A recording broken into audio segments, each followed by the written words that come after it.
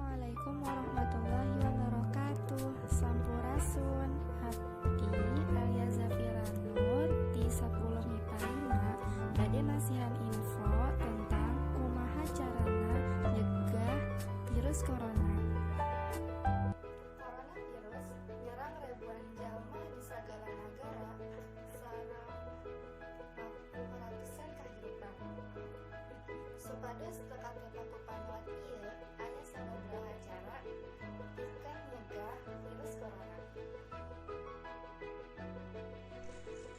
Kumbah leungeun nyaeta cara paling mujarab pikeun nyegah sumberna virus. Ngumbah leungeun nganggo sabun sareng cai sahanteungna 20 detik. Pastikeun sadaya bagian tos beresih. Cara nu kadua nyaeta panggunaan masker. Panggunaan masker ieu tiasa ngirangan resiko nyebarkeun panyakit tepa kalebet infeksi virus corona. Contona, upami anjeun kedah ngarambat di luar bumi, anjeun tiasa nganggo. Pamangkean masker leuwih disarankeun pikeun jalma anu gering pikeun nyegah panyebaran virus.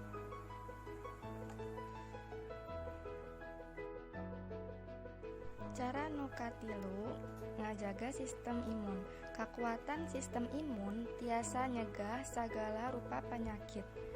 Pikeun ngajaga sareng ningkatkeun sistem imun anjeun disarankeun pikeun tuang katuangan sehat. Sareng rutinitas latihan oge ngajaga gaya hirup sehat. Sakedik tiasa kuring